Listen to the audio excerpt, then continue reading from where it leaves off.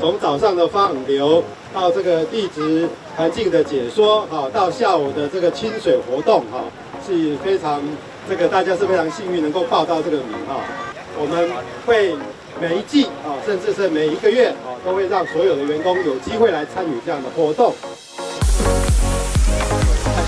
水太多的话，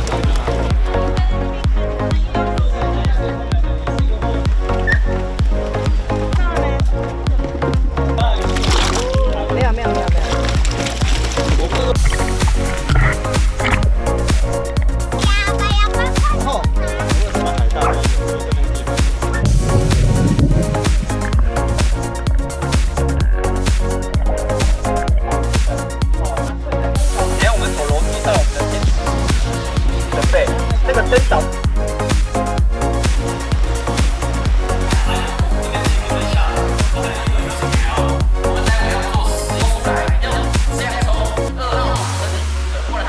以上4个任务给大家，前4个任务要你不用写没关系，所以你要看它怎么。